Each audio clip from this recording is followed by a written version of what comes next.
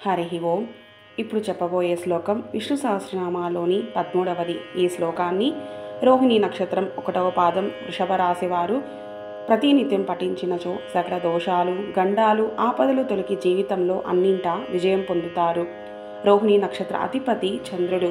గణము మానవ గణము. శ్లోకము: రుద్రో బహుశిరా భభ్రుర్విశ్వయోని శుచిస్రవాః అమృతశాశ్వతస్థానుర్వరారోహో మహాతపాః. రుద్రో బహుశిరా భభ్రుర్విశ్వయోని శుచిస్రవాః అమృతశాశ్వతస్థానుర్వరారోహో మహాతపాః. తాత్పర్యం: దుఃఖాలను తొలగించేవాడు, అనేక శిరస్సులు కలవాడు, లోకాలను భరించువాడు, విశ్వానికి మూలకారకుడు, శ్రవణ మాత్రమున పవిత్రతను పుణ్యాన్ని కలుగజేయగల నామ మహిమాదులు కలవాడు, మృత్యువు లేనివాడు, శాశ్వతమైన స్థిరత్వం కలవాడు, శ్రేష్టమైన స్థానం అనగా పరమగమ్యం అయి ఉన్నవాడు, మహాతపస్వి శ్రీమన్నారాయణుడు.